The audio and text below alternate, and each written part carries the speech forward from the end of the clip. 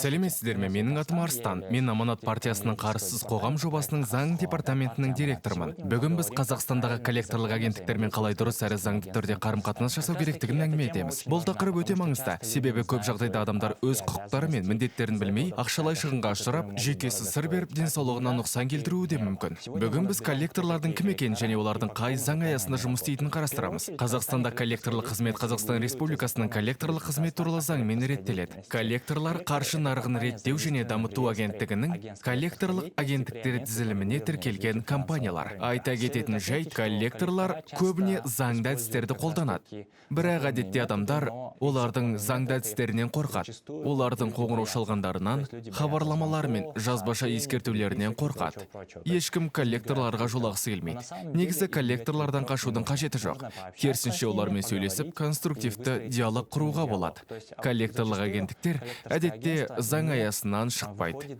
Бұл дегеніміз не? Коллекторлардың құқықтары мен міндеттері. Коллекторлар біріншіден қоңырау шалуға және жазбаша хабарламалар жолдауға құқылы. Екіншіден келісім бойынша борышкермен кездесе алады. Үшіншіден борышкермен тек сағат 8-ден 21:00-ге дейін жұмыс істеуге құқылы.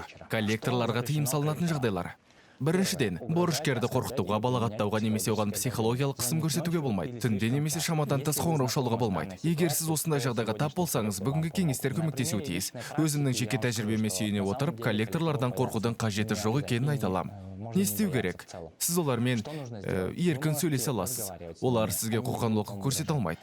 Әр әңгімеңізді жазып алуға құқығыңыз бар. Коллекторлық компанияларда әңгімелеріңізді жазып отырады. Егер сізге қоқаң-лоққы көрсетсе, полицияға немесе қаржы нарығын реттеу және дамыту агенттігіне шағымдана аласыз. Бұл орган коллекторлық агенттіктердің қызметін қадағалайды. Ары қарай, коллекторлармен заң аясында қалай сөйлесу керек? Бірінші кезекте, кім қоңырау шалып жатқанын анықтаңыз. Коллекторлық агенттіктің толық атауын сұраңыз. Олардың ЖСН, БСН нөмірін алып, қ.н.р.та тізілімнен тексеріңіз. Екіншіден, ресми түрде сөйлесіңіз. Хабарламаларды жазбаша түрде немесе email, SMS арқылы алған жөн. Жоғарыда айтып кеткендей, барлық қоңырауларды жазып алуға болады. Қазақстанда егер сіз әңгімеге қатыссаңыз, бұл заңда. Үшіншіден, жалған уәде бермеңіз.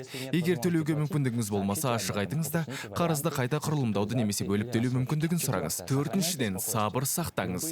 Қоқан-лоққы көрсетілген жағдайда немесе заңға қайшы әрекет жасалса, коллекторлық агенттікке немесе прокуратураға шағымдаңыз. Құқықтарыңыз бұзылған жағдайда не істеу керек? Қаржы нарығын реттеу және дамыту агенттігіне шағым түсіріңіз. Айғақтарыңызды, қоңырау жазбаларын, хабарламалардың скриншоттарын, хаттарды жүктеңіз. Қоқан-лоққы көрсетіп, заңға қайшы әрекеттер жасалса, полицияға арыз жазыңыз. Қорытында, Қазақстанда коллекторлармен қарым-қатынас заңмен қатаң реттеледі. Ең бастысы, өз құқықтарыңызды біліп, барлық байланыстарды тіркеп, қысымға берілмесеңіз болғаны.